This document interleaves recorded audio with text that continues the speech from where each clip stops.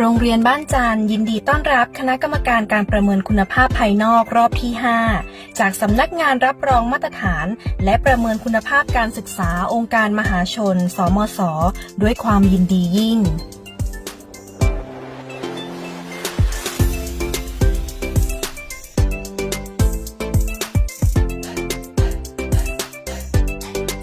โรงเรียนบ้านจันทร์อำเภอกัลยาณิวัฒนาจังหวัดเชียงใหม่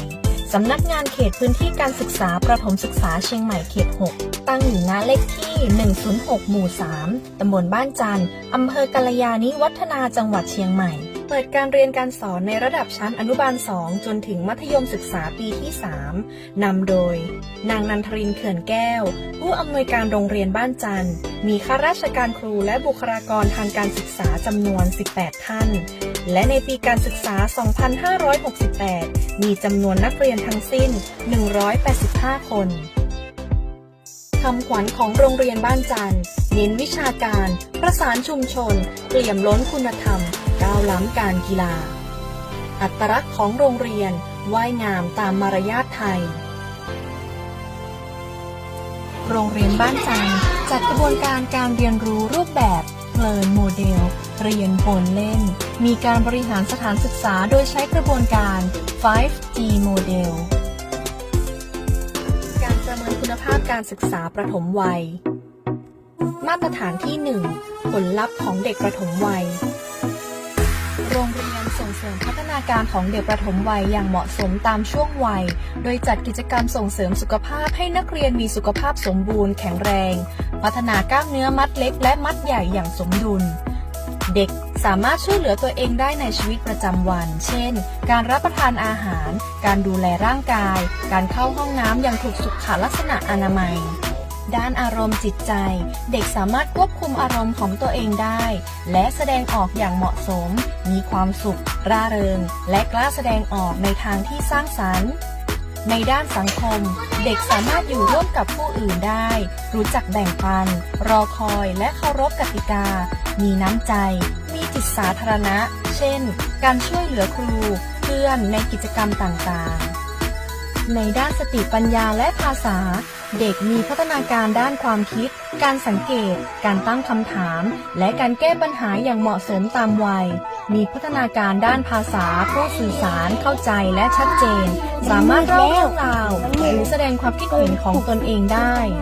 โรงเรียนมีระบบการประเมินพัฒนาการของเด็กอย่างต่อเนื่องเป็นรายบุคคลและนำผลประเมินไปใช้ในการวางแผนพัฒนาเด็กแต่ละคนตามศักยภาพส่งผลให้เด็กทุกคนมีพัฒนาการสมวัยมีคุณลักษณะที่พึงประสงค์และพร้อมสำหรับการเรียนรู้ในระดับต่อไปมาตรฐานที่ 2 การบริหารจัดการของสถานศึกษาโรงเรียนมีการบริหารจัดการที่มีประสิทธิภาพโดยผู้บริหารมีวิสัยทัศน์ชัดเจนยึดหลักธรรมาภิบาลในการบริหารงานอย่างโปร่งใสตรวจสอบได้และให้ความสำคัญกับความปลอดภัยของเด็กๆอย่างรอบด้านทั้งด้านอาคารสถานที่วัสดุอุปกรณ์และระบบดูแลช่วยเหลือนักเรียนมีการจัดระบบส่งเสริมและพัฒนาครูอย่างต่อเนื่องผ่านการอบรมการแลกเปลี่ยนเรียนรู้และการนิเทศภายในส่งผลให้ครูสามารถจัดการเรียนรู้ได้อย่างมีประสิทธิภาพโรงเรียนดำเนินงานโดยอาศัยความร่วมมือกับครอบครัวชุมชนและเครือข่ายเช่นการประชุมผู้ปกครองการเชิญวิทยากรท้องถิ่นการจัดกิจกรรมร่วมกับชุมชนและการระดมทรัพยากรเพื่อพัฒนาเด็กอย่างรอบด้านผลจากการบริหารงานดังกล่าวทำให้เกิดการมีส่วนร่วมของทุกภาคส่วนเด็กได้รับการดูแลส่งเสริมและพัฒนาอย่างปลอดภัยครูมีขวัญกำลังใจและเติบโตในทางวิชาชีพส่งผลต่อคุณภาพเด็กอย่างเป็นระบบมาตรฐานที่ 3 การจัดประสบการณ์การเรียนรู้โรงเรียนจัดการเรียนรู้ที่เน้นพัฒนาเด็กอย่างรอบด้านโดยใช้หลักสูตรการศึกษาประถมวัยที่เหมาะสมยืดหยุ่นและสอดคล้องกับบริบทของท้องถิ่นเช่นการเชื่อมโยงเรื่องราวใกล้ตัวเด็กมีส่วนร่วมกับวัฒนธรรมท้องถิ่นผ่านกิจกรรมในชีวิตประจำวันกิจกรรมการเรียนรู้มีความหลากหลายทั้งการเล่นอิสระเล่นเกมสร้างสรรค์ศิลปะดนตรีการทดลองและการเล่าเรื่องค ครูวางแผนจากประสบการณ์โดยคำนึงถึงความสนใจความสามารถและพัฒนาการของเด็กแต่ละคนส่งผลให้เด็กมีความสุขสนใจเรียนรู้และกล้าแสดงออกสภาพแวดล้อมถูกออกแบบให้ส่งเสริมการเรียนรู้ทั้งในและนอกห้องเช่นเล่นตามมุมวัสดุของเล่นที่มีความปลอดภัยการเล่นน้ำเล่นทรายและพื้นที่กลางแจ้งที่กระตุ้นให้เด็กได้สำรวจธรรมชาติรอบตัวโรงเรียนมีระบบติดตามและประเมินพัฒนาการเด็กอย่างต่อเนื่องเช่นการสังเกตพฤติกรรมการประเมินแฟ้มผลงานหรือการพูดคุยกับผู้ปกครองเพื่อนำไปใช้วางแผนพัฒนาเด็กแต่ละคนต่อไปให้เต็มศักยภาพจากแนวทางการปฏิบัตินี้เด็กมีทักษะกระบวนการการเรียนรู้เช่นการสังเกตทดลองตั้งคำถามและการแก้ไขปัญหาง่ายๆได้อย่างเหมาะสมตามวัยพัฒนาการสมวัยทางด้านร่างกายอารมณ์จิตใจสังคมด้านสติปัญญาและภาษาโดยในปีการศึกษา 2566 โรงเรียนบ้านจันทร์ได้รับรางวัล Best Practice ระดับดีมากในหัวข้อเรื่องการจัดการเรียนรู้เชิงลึก Active Learning โดยใช้กิจกรรม SAI เพื่อพัฒนาการคิดเชิงบริหาร EF ของนักเรียนชั้นอนุบาลปีที่ 3 จากสำนักงานเขตพื้นที่การศึกษาประถมศึกษาเชียงใหม่เขต 6 การประเมินคุณภาพการศึกษาขั้นพื้นฐานมาตรฐานที่ 1 ผลลัพธ์ของการเรียนรู้โรงเรียนบ้านจันทร์ใช้กระบวนการการมีส่วนร่วมในการส่งเสริมและพัฒนาคุณภาพผู้เรียน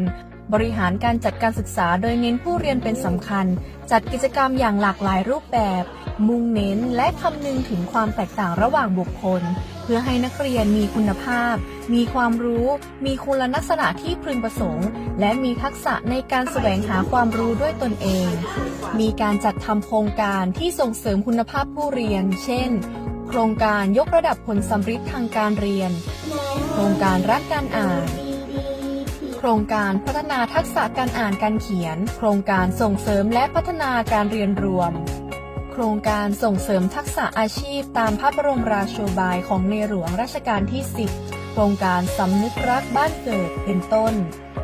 จากการดำเนินการดังกล่าวส่งผลให้ผู้เรียนมีผลสัมฤทธิ์ทางการเรียนรู้สูงกว่าค่าเป้าหมายที่กำหนดสามารถอ่านได้ตามมาตรฐานการอ่านในแต่ละระดับชั้นสามารถเขียนสื่อสารทั้งภาษาไทยและภาษาอังกฤษได้อย่างเหมาะสมรู้จักการวางแผนสามารถทำงานร่วมกับผู้อื่นได้อย่างมีความสุขมีความเป็นผู้นำและผู้ตามที่ดีกล้าแสดงออกทางความคิดได้อย่างสร้างสรรค์สามารถแก้ปัญหาหรือนำความรู้ไปประยุกต์ใช้ในสถานการณ์ต่างๆได้เกิดสมรรถนะตามหลักสูตรมีทักษะอาชีพที่เหมาะสมกับช่วงวัยมีอุปนิสัยอยู่อย่างพอเพียงสามารถสืบค้นข้อมูลและแสวงหาความรู้จากสื่อเทคโนโลยีด้วยตนเองสามารถนำเสนอเรียนรู้ด้วยสื่อเทคโนโลยีตามความเหมาะสมรู้เท่าทันสื่อและใช้สื่อได้อย่างปลอดภัยนอกจากนี้นักเรียนยังมีความสามารถโดดเด่นในด้านกิจกรรมและการแข่งขันในระดับต่างๆอาทิเช่นรางวัลการแข่งขันศิลปะหัตถกรรมนักเรียนระดับเขตพื้นที่การศึกษาประถมศึกษาเชียงใหม่เขต 6 ที่นักเรียนได้รับรางวัลจากการแข่งขันมามากมายรางวัลชนะเลิศการแข่งขันฟุตบอลกีฬาต้านภัยยาเสพติดกลุ่มเครือข่ายกัลยาณิวัฒนารางวัลชนะเลิศการสวดสรทัญญะของอำเภอกัลยาณิวัฒนาเป็นต้นมาตรฐานที่ 2 การพัฒนาคุณภาพการบริหารจัดการสถานศึกษา 1. วิสัยทัศน์พันธกิจและค่านิยมของสถานศึกษาโรงเรียนได้ดำเนินการจัดทำวิสัยทัศน์พันธกิจและค่านิยมอย่างเป็นระบบโดยอาศัยกระบวนการการมีส่วนร่วมของผู้บริหารครูนักเรียนผู้ปกครองและชุมชนเพื่อให้เกิดความเข้าใจและยึดถือร่วมกันวิสัยทัศน์ของโรงเรียนมุ่งเน้นการพัฒนาผู้เรียนเป็นสำคัญสอดคล้องกับยุทธศาสตร์ชาติและเป้าหมายของสำนักงานเขตพื้นที่นำไปสู่การปฏิบัติจริงในชีวิตประจำวันของผู้เรียนผ่านคำขวัญป้ายค่านิยมและกิจกรรมต่างๆที่ช่วยปลูกฝังและส่งเสริมเจตคติที่ดีงาม 2. นโยบายทิศทางกลยุทธ์และแผนงานสอดคล้องกับวิสัยทัศน์และพันธกิจโรงเรียนได้จัดทำนโยบายทิศทางกลยุทธ์และแผนพัฒนาการศึกษาทั้งระยะสั้นและระยะยาวอย่างชัดเจน โดยมีการเชื่อมโยงกับวิสัยทัศน์และพันธกิจของสถานศึกษาตลอดจนยุทธศาสตร์ของกระทรวงศึกษาธิการแผนดังกล่าวมีจุดมุ่งหมายเพื่อยกระดับผลสัมฤทธิ์ทางการเรียนพัฒนาทักษะในศตวรรษที่ 21 และเสริมสร้างคุณลักษณะอันพึงประสงค์แก่ผู้เรียนทั้งยังมีการติดตามและประเมินผลการดำเนินงานเป็นระยะเพื่อนำข้อมูลมาใช้ในการพัฒนาแผนงานอย่างต่อเนื่อง 3. ผู้บริหารสถานศึกษามีภาวะผู้นำทางวิชาการและบริหารการจัดการด้วยหลักธรรมาภิบาล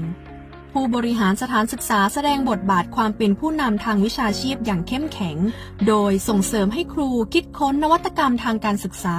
และจัดกิจกรรมชุมนุมการเรียนรู้ทางวิชาชีพ PLC อย่างสม่ำเสมอมีความรับผิดชอบและยุติธรรมเพื่อสร้างบรรยากาศแห่งความไว้วางใจและความร่วมมือภายในองค์กรอย่างยั่งยืน 4. แผนงานและการดำเนินงานด้านการพัฒนาครูและบุคลากรทางการศึกษาโรงเรียนให้ความสำคัญกับการพัฒนาศักยภาพของครูและบุคลากรทางการศึกษาอย่างต่อเนื่องผ่านการจัดทำแผนพัฒนารายบุคคล ID Plan และสนับสนุนให้เข้าร่วมอบรมสัมมนาและศึกษาดูงานทั้งในรูปแบบออนไลน์และออนไซต์รวมถึงการส่งเสริมและแลกเปลี่ยนการเรียนรู้ทั้งภายในและภายนอกโรงเรียนเพื่อให้ครูสามารถพัฒนาตนเองและถ่ายทอดความรู้สู่ผู้เรียนได้อย่างมีประสิทธิภาพ 5. กระบวนการนิเทศการปฏิบัติงานของครูและบุคลากรทางการศึกษาอย่างเป็นระบบมีการจัดกระบวนการนิเทศภายในอย่างเป็นระบบและต่อเนื่องโดยมีนโยบายและแนวปฏิบัติที่ชัดเจนเน้นการนิเทศแบบกัลยาณมิตรในลักษณะ coaching and mentoring เพื่อส่งเสริมและพัฒนาศักยภาพของครูในการจัดการเรียนรู้การนิเทศยังมุ่งเน้นและสะท้อนผลเพื่อนำไปปรับปรุงและพัฒนางานของครูอย่างต่อเนื่อง6. การใช้สื่ออุปกรณ์เทคโนโลยีเพื่อสนับสนุนการจัดการศึกษาโรงเรียนส่งเสริมให้ครูใช้สื่อเทคโนโลยีและนวัตกรรมในการจัดการเรียนรู้เพื่อเพิ่มประสิทธิภาพการเรียนการสอนเช่นการใช้สมาร์ททีวีช่วยในการจัดการเรียนการสอนและเทคโนโลยีดิจิตอลเช่น Canva Google Classroom Kahoot WordWall รวมไปถึงการเรียนรู้แบบผสมผสาน Blended Learning เพื่อส่งเสริมทักษะของผู้เรียนในยุคดิจิตอลอย่างแท้จริง 7. การจัดสภาพแวดล้อมสถานที่ปลอดภัยถูกสุขลักษณะโรงเรียนให้ความสำคัญต่อการจัดสภาพแวดล้อมที่เอื้อต่อการเรียนรู้มีความสะอาดเป็นระเบียบและมีบรรยากาศที่ร่มรื่นพร้อมทั้งมีระบบความปลอดภัยที่รัดกุมเช่นกล้องวงจรปิดจัดทำรั้วรอบขอบชิดและแผนเผชิญเหตุฉุกเฉินโดยมีการตรวจสอบอาคารสถานที่อย่างสม่ำเสมอเพื่อความปลอดภัยของนักเรียนและบุคลากรทุกคน 8. สวัสดิการสวัสดิภาพแนวทางป้องกันโรคอุบัติภัยภัยพิบัติสถานศึกษาให้ความสำคัญกับสวัสดิภาพของนักเรียนโดยจัดให้มีหน่วยพยาบาลในโรงเรียนพร้อมครูเวรดูแลความปลอดภัยและกิจกรรมเสริมสร้างความรู้ด้านสุขภาพจิตและกายรวมทั้งแนวปฏิบัติในการป้องกันและรับมือกับเหตุการณ์ฉุกเฉินเช่นโรคระบาดไฟไหม้แผ่นดินไหวน้ำท่วมเพื่อสร้างความมั่นใจให้กับผู้เรียนและผู้ปกครอง 9. ระบบและกระบวนการดูแลช่วยเหลือผู้เรียนสถานศึกษามีระบบดูแลช่วยเหลือนักเรียนอย่างเป็นระบบมีการคัดกรองและติดตามนักเรียนรายบุคคลในทุกด้านทั้งด้านเศรษฐกิจครอบครัวสุขภาพและพฤติกรรมพร้อมจัดกิจกรรมแนะแนวให้คำปรึกษาและส่งเสริมทักษะชีวิตเพื่อให้นักเรียนสามารถเติบโตเป็นพลเมืองดีของสังคมได้อย่างมั่นคง 10. การเสริมสร้างเครือข่ายผู้ปกครององค์กรและชุมชนสถานศึกษาดำเนินงานร่วมกับผู้ปกครององค์กรและชุมชนอย่างใกล้ชิดโดยเปิดโอกาสให้มีส่วนร่วมในการจัดกิจกรรมส่งเสริมการเรียนรู้และพัฒนาผู้เรียนในหลายมิติ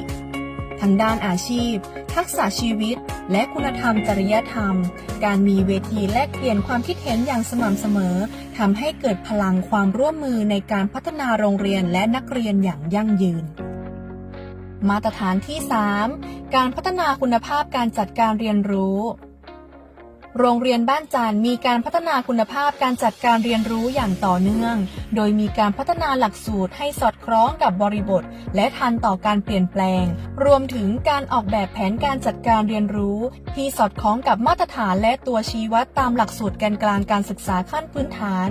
มีการส่งเสริมให้ผู้เรียนเกิดการเรียนรู้อย่างมีคุณภาพตามหลักสูตรโดยมีการจัดกิจกรรมที่หลากหลายเน้นกระบวนการเรียนรู้แบบเชิงลึก Active Learning การเรียนรู้ผ่านกิจกรรมบูรณาการเช่นกระบวนการการเรียนรู้แบบ OECD ที่ช่วยให้ผู้เรียนเกิดทักษะความคิดสร้างสรรค์และการคิดวิเคราะห์อย่างมีวิจารณญาณ